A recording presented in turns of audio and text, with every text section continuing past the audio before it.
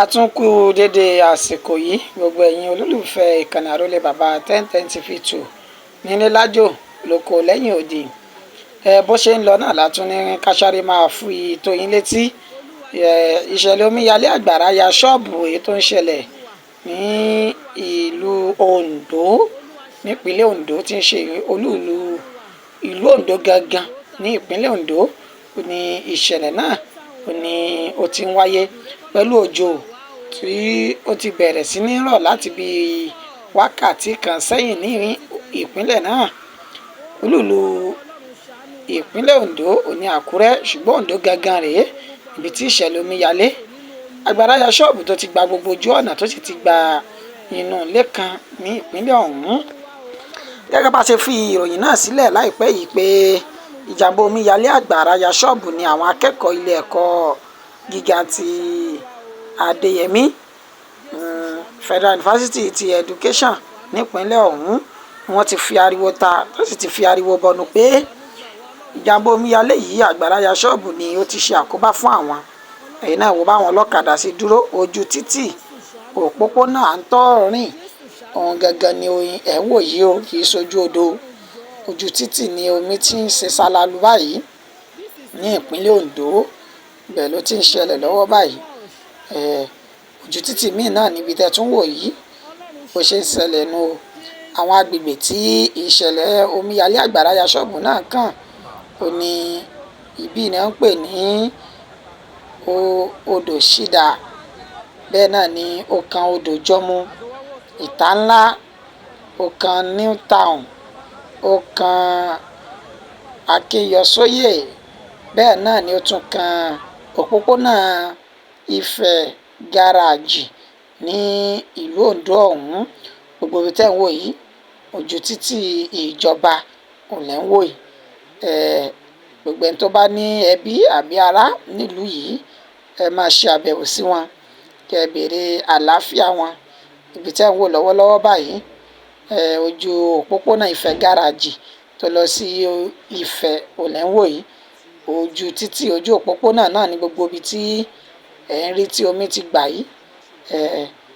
Kí ìjọba ìpínlẹ̀ Ondo ká máa wo àwọn olùgbé ibẹ̀ ní ìran kó tó di wípé ọ̀rọ̀ ọkọ̀ sísọ àbí yóò bọ́ sórí láṣẹ lọ́wọ́ Elédùmarè àtẹ̀mí àti dúkìá wa Èdùmarè yóò máa pamọ́ fún wa o. Ẹ ṣeun, ẹ kú fojú lóúnjẹ. Odidi tírélà lẹ́ ń wò lọ́ọ̀kan yẹn nínú omi yẹn, òun làwọn èèyàn wà ń bẹ̀ tí wọ́n pọ̀ yẹn.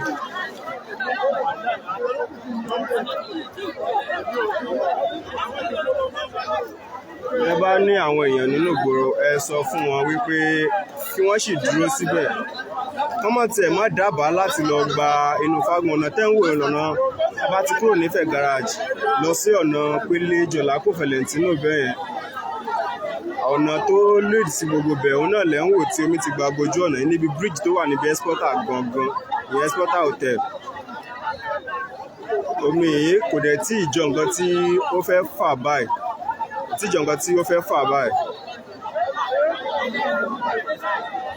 ẹ jọ̀ọ́ ẹ jẹ́ ká sọ fún àwọn èèyàn wa tí wọ́n bá tó jẹ́ pé wọ́n nílò láti kọjá lọ sáwọn ọ̀nà Pélé Jọ̀lákò Fẹ̀lẹ̀ntínò báyẹn. Omi eléyìí pọ̀ kọjá nǹkan téèyàn lè risk ìgbanú ẹ̀ kọjá, especially tó bá jẹ́ pé ilẹ̀ ti ṣú kó tó di pé wọ́n dé bíbí omi yìí. Ẹ jọ̀ọ́ àwọn èèyàn lẹ́ ń wò tí wọ́n dúró tí wọ́n lè lọ yìí.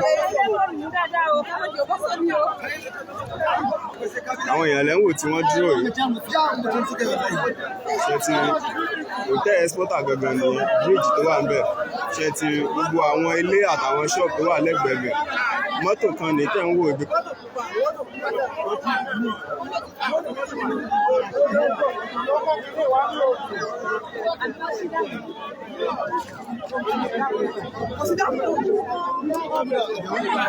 Àwọn èèyàn lẹ́ ń wò tí wọ́n ti wà stọ́ọ̀kì tí wọ́n lè kọjá, kò sí ìwọ̀nba àwọn tí wọ́n lè kọjá báyìí, ìwọ̀nba àwọn tí wọ́n lè gbanú omi yẹn kọjá ni. Ẹ jọ̀ọ́ nítorí Ọlọ́run ẹ sọ fún àwọn èèyàn yìí tán bá wà ní tòsí. Èmi gan lọ tẹ́lẹ̀ báyìí ni bọ̀ bí nǹkan ṣe rí ó dàbí pé ẹ jọ̀ọ́ ẹ sọ fún àwọn èèyàn.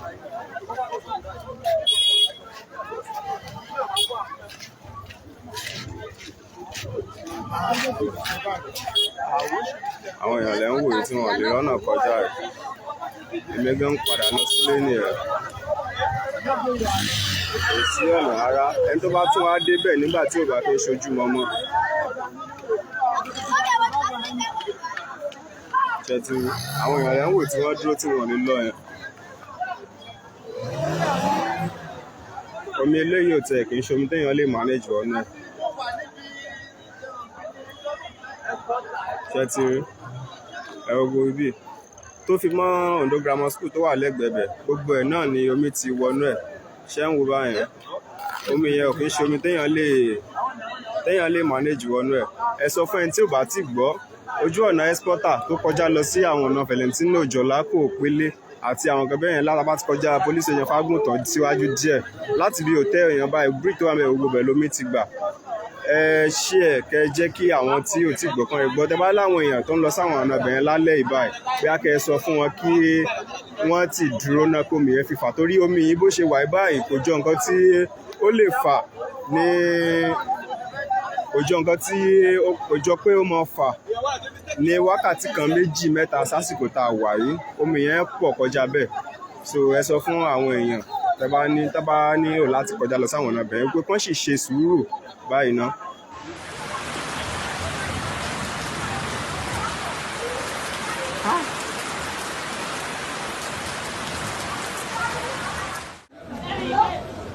This is happening live in Ondo City, Itanla Road.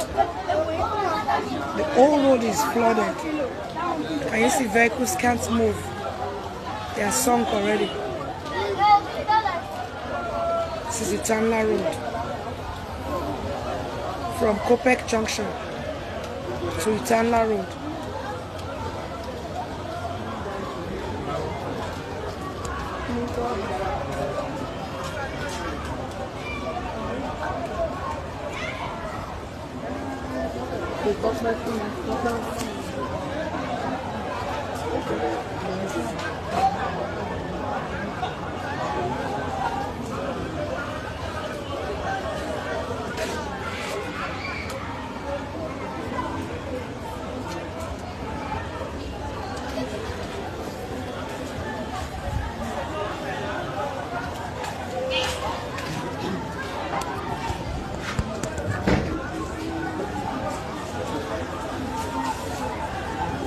Live in Ondo City.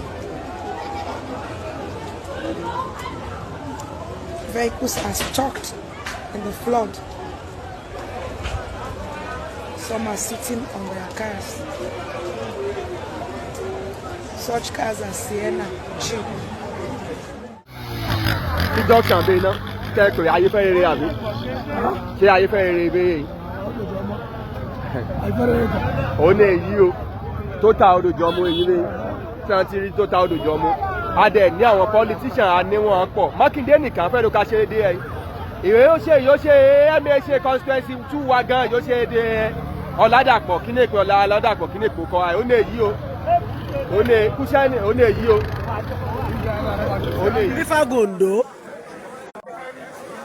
Fumbi Fagundo see flood.